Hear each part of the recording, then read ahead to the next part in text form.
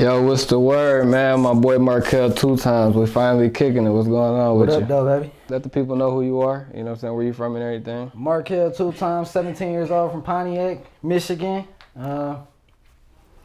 Shit, that's really all there is to it, baby. Okay, for sure. Nothing wrong with it. How long you been making music?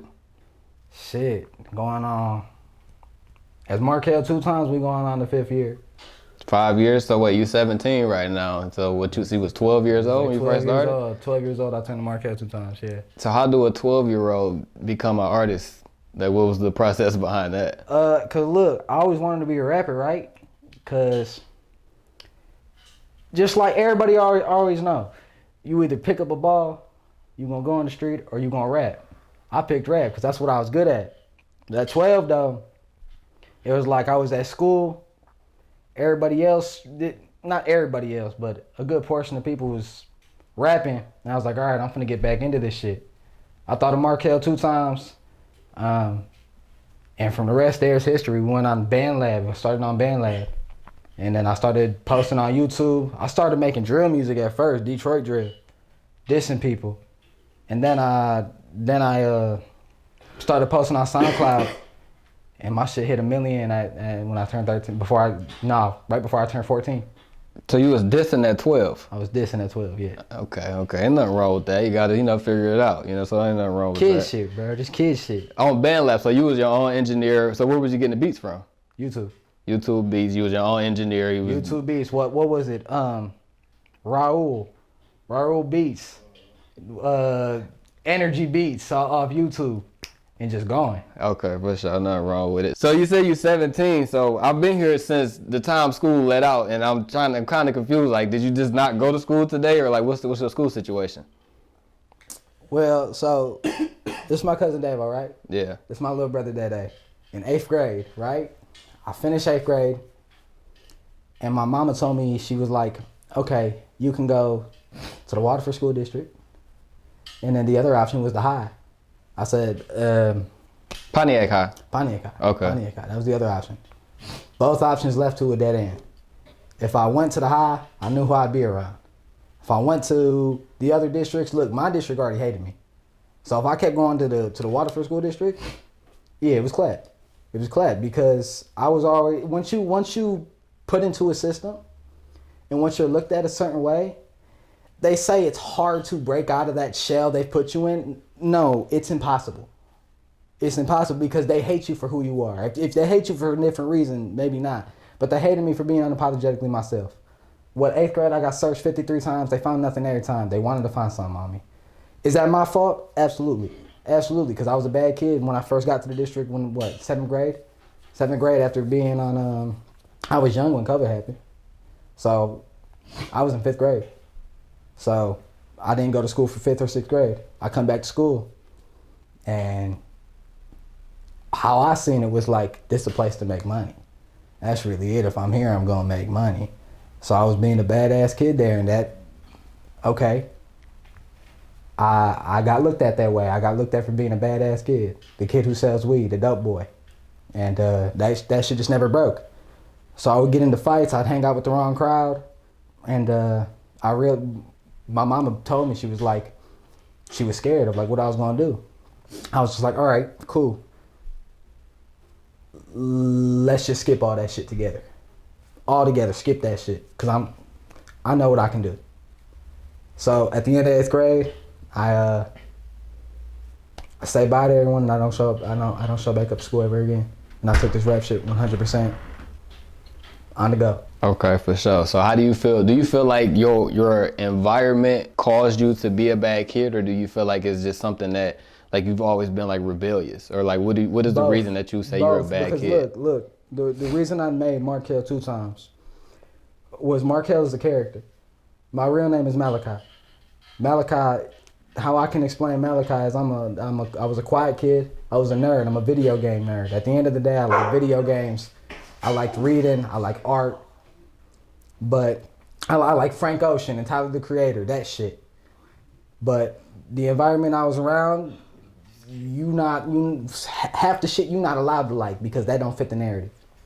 They don't fit their narrative that they also faking as well. That's the part that I really want to put in is they not living that narrative either. They just as lost as you.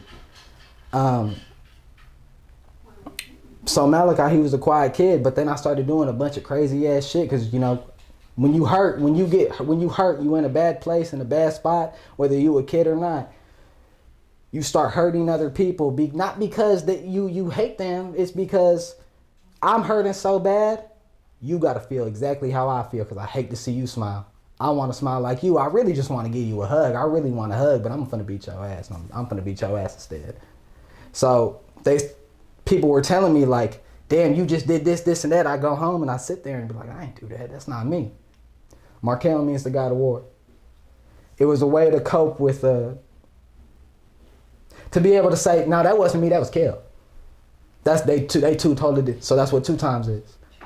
It's 2 completely different people. Now I've turned that Markell into something different. And it's to now the reason I can go shine. Because Malachi, I'm also shy. I'm shy as fuck. I'm shy. I don't feel like I fit in nowhere. Whatever it is. But when it comes to the environment, when it comes to everything, yes, the environment definitely, it put the path down for me. But I think the path, it wasn't hard for me to get on. Because that shit was, it was fun.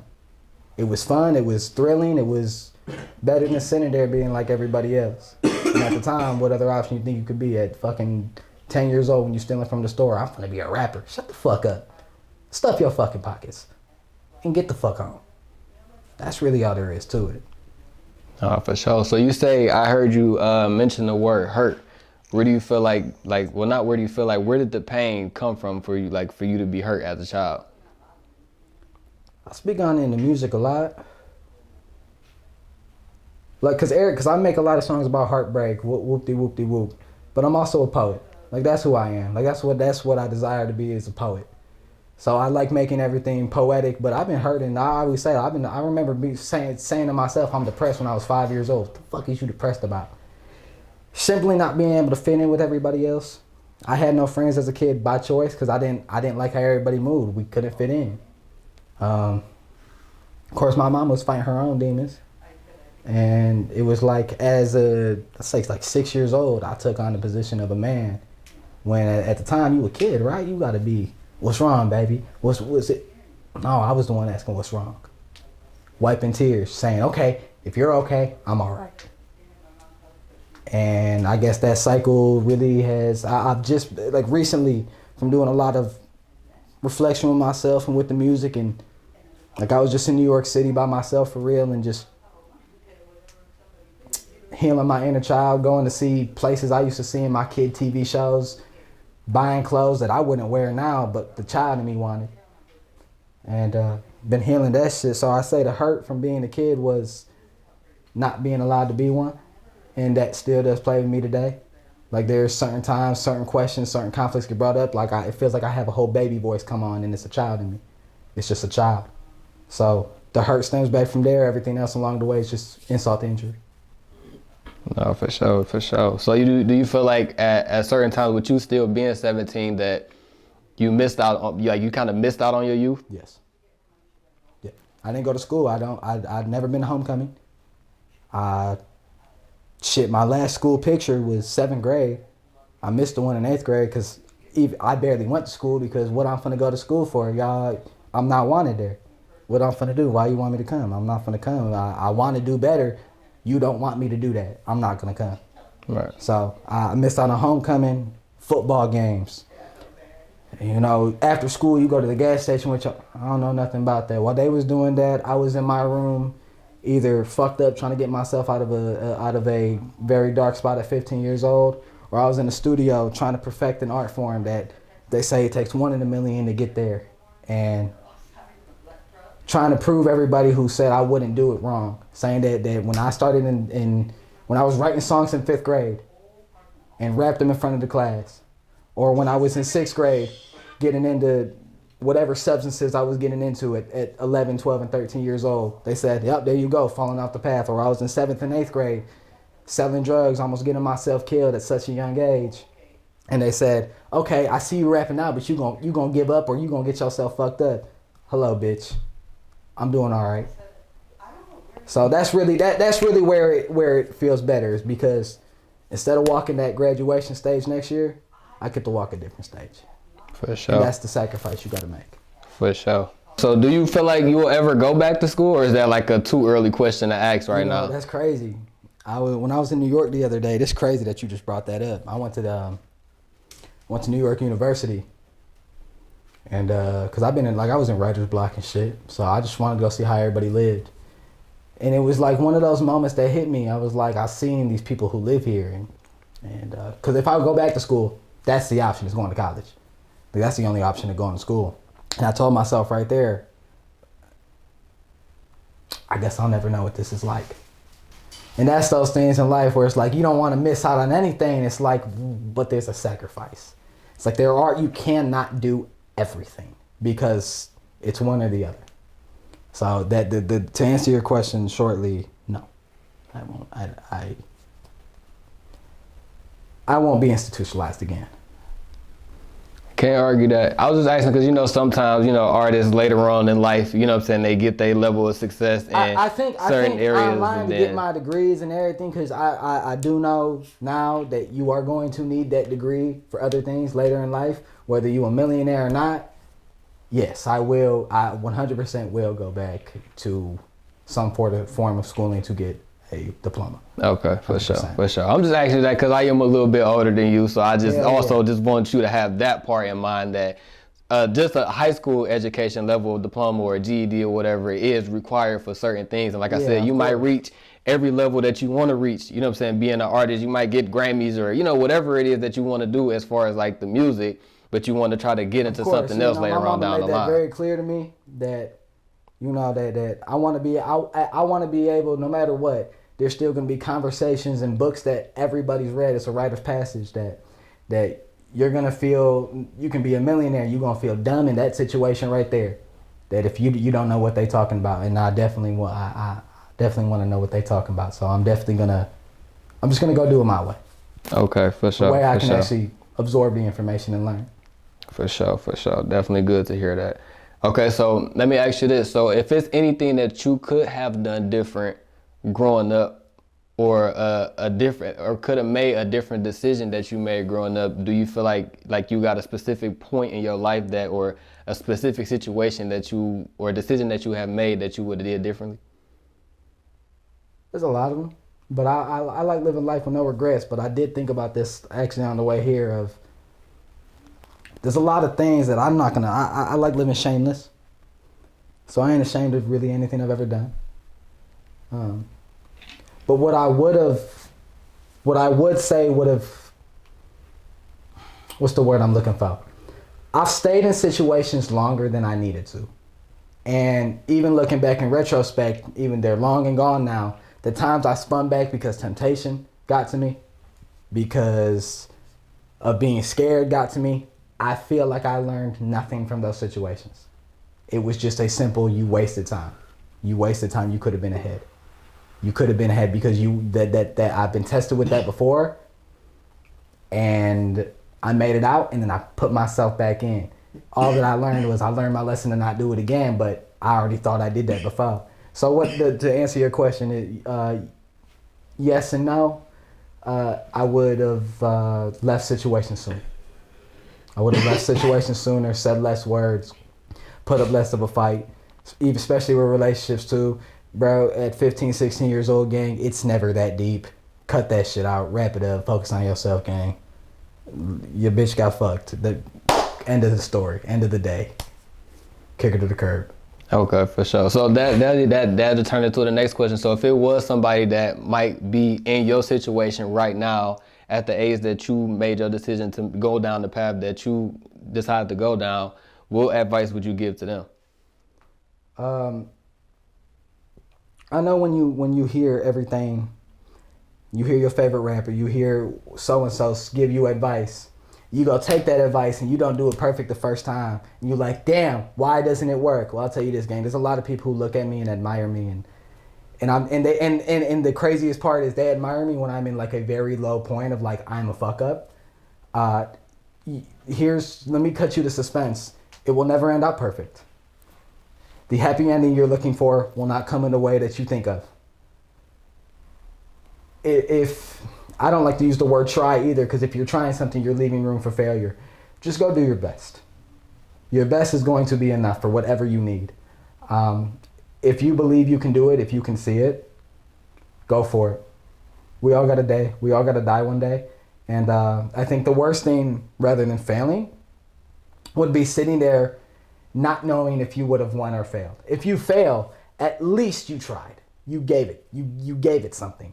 So if you're in my position right now, give it all you got and stop listening to other people, because they have no idea what the fuck they're talking about. They have no idea what it's like to be you. So cut them out. Listen to everything. Listen to everybody that speaks to you. Just because you listen to it does not mean it needs to be a rule in your life. If it doesn't apply to you, it doesn't apply to you. And if you get fucked up because you didn't take advice, that's amazing too, because you learned on your own. And if the amount of times you fail on your own, you will be the greatest teacher for yourself later on. And that's what I've learned pretty much my whole life. So keep your foot on their necks, gang. That's it. Keep your foot on their fucking neck. It doesn't matter what they say. Because there's no reason I should be doing what I'm doing right now, but here I am. No, for sure. Definitely. I like that response. Okay, so let me ask you this. Well, on your Instagram page, it says something about Empire. You have a situation with Empire, the distribution? Yeah. Okay, so how did that come about? It was real random. I came out of a really low point where I thought MARKELL2TIMES was fucked back in March. I ain't gonna speak on that. I ain't ready for all that yet. Mm-hmm. But my guy who was helping me with PR at the time, he hits me up. He's like, we have an opportunity. Are you gonna take it? Without hesitation, I said yes. Like it was simply that simple. It was simply as simple as you've been putting into work, you have an opportunity, are you gonna take the opportunity or not? Within a few days of that message, I had the contract in my hands and I signed. And since then, the rest is history. We went on tour after that, Colorado, Atlanta. We went on tour. The music upgraded heavily. Video started getting more views. Everything in 2025 has been we've had some rocky points, but in the end, just like every other time, we've been okay. Oh, for sure. So do you feel like that distribution deal helped give you confidence more than, or did it was one of those moments that you have. Look, if you trying to do this shit, I can't wait for you to experience it. Those moments of you post that you've done it, and that post to everybody else is like, it's like a shocker. Like, oh shit, he really did it. When you post it, you might be posting the contract, whatever. No, what you're really posting, it's a big fuck you to everybody who counted you out. So that was my first moment this year of basically saying like, yeah, what else are you gonna say? It solidified me, at least in the city.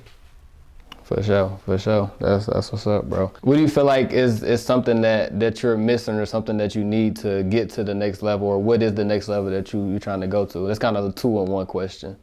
I think about that a lot. And I always say I feel like something's missing. But what I figured out, actually this last week, ain't nothing missing, I just haven't done it yet. It was the patience. I have what I've been missing. I have to look at patience in a different way, because I hate being complacent. I hate waiting. But if you look at it as an art form, if you plant a seed and you watch it bloom into this beautiful fucking thing, it's the same thing with everything else in life. You get to see things along the way, learn things along the way, and when you get there, it's so much more of a reward.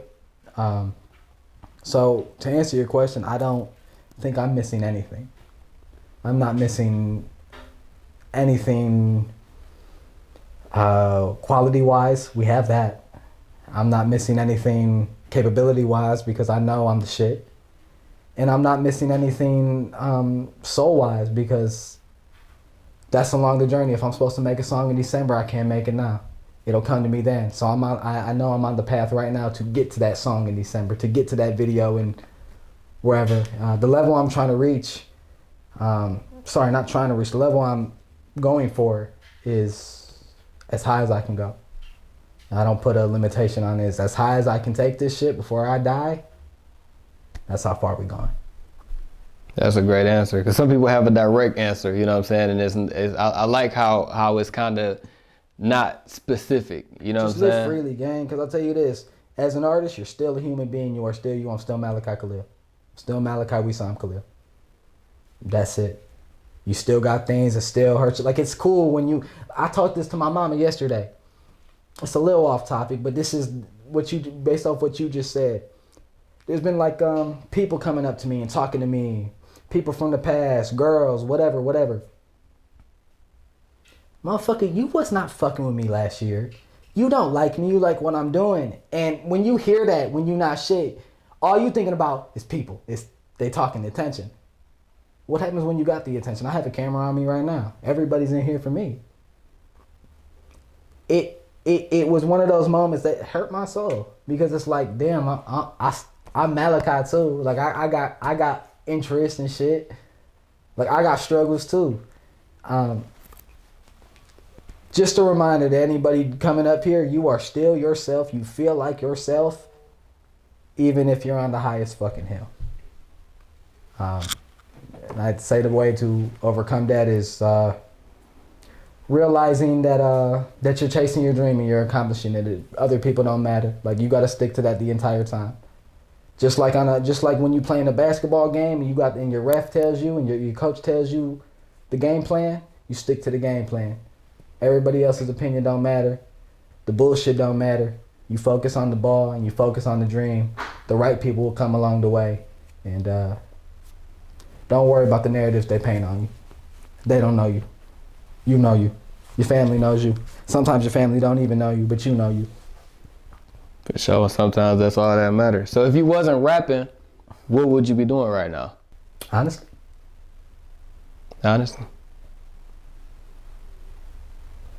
I think by now, from where I was going, there's 3 options I'd be. Oh no, we could say 4. I'd be a bum, living with my sister at U of M. I'd still be in the streets, selling dope, breaking in the house, whatever the fuck you want to, whatever the fuck it is. Going even further than that. Or I'd be in a prison cell, or I'd be dead. That's it. That's really it. Like, and that's not me trying to be edgy, corny, sound cool. Nothing about it cool. Like people hear that sometimes and think you trying to be. Nothing about it cool. Our friends have died to this shit. Right before this interview turned on, I got a jail call. I told my boy that we're in the new house, and the damn that came out of him, all he got is those 4 walls. All that's in the streets is graveyards and jersey numbers, and we know that. That's it. There's nothing there. It's a life that leads to unfulfillment, but it's just surviving. I'd be surviving. I'm surviving right now, but I have a way to thrive. I didn't have a way to thrive before this, and that was the only path I was going down. Only reason that I started making drill music, right? Only reason I changed and found I could do other things was because of music. So I would have never found the outlet any other way. And so that's the logic there. It's not because I'm so stubborn on it. No, because the only way I found the outlet to do what I do now came from doing music. It saved my life, so I owe it to the music and I owe it to myself to keep on this path. I owe it. And I got to be a man of my word to it. I promised the art that I would continue to be a vessel for it. And so I'm going to live up to my word. For sure. I seen recently you dropped a music video and the title of it was Angel Tiara. What's the significance behind that? That's our sister Desiree. She passed away October 29, 2023. She was 16. And we recorded that on her 18th birthday. You remember that? Yeah, I remember that. I was there. Significance of that was it was like the final send-off song. Like I say in the beginning, I don't know what I can say, so I'll do the best that I can. It's because when I made that song, it's like I've already made so many. I don't know what else I could say. Like, I don't know what else I could say, but I felt like I owed it to her one more time to give it something. For the 18th birthday, we're going to do one more. So the significance of the song was like me closing the door on the pain that it brings. She shows up in my dreams sometimes and tells me to close the door. So that song, I closed the door. It's Still hurts, but life got to go on. You got to keep moving. And I think the last thing she want any of us to do is sit there and cry about it. She ain't even like when motherfuckers cry in real life. So, just got to keep pushing, eh? No, for sure, for sure. So we can pretty much, I'm gonna pretty much wrap it up. Is there anything that you want to tell anybody that's out there chasing their dreams, or like I said, that's in the position that you in right now, you know what I'm saying, being 17, being an artist, or even, you know what I'm saying, somebody that's just in a bad situation, you know what I'm saying, anything you want to, you know, give any advice to them? Hell yeah. Look, there's no manual to this life shit. I'm 17 and I get it. If you older than me or if you're not, you don't have to take my opinion. Look, but I'm living just like you. I'm figuring it out as I go, just like you. And I think I have the right to give advice because I've gone through so much, and I've not just gone through so much, I've triumphed over it. I didn't fall when I was supposed to.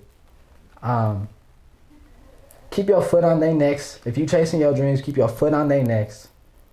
Believe in yourself, because that's all it really takes. And it's so much simpler to say on paper. It's a hard thing. I get it, gang. I promise you, I understand. There's even times now where I'm sitting there just like, damn, should I went to trade school? Should I went to... It don't matter, because at the end of the day, if your faith is strong enough, you don't need no plan B. You know what your plan B is? What you fall back into? You fall back into faith, and it's going to pick you back up again. You stop having faith when you don't need to have faith no more, because it's done. Because it's done. People say, oh, I've been doing it for this long. How much longer do I got to wait? Motherfucker, you wait till it's done. If you believe in that shit, stand for it. Because personally, me, I die for what I believe in.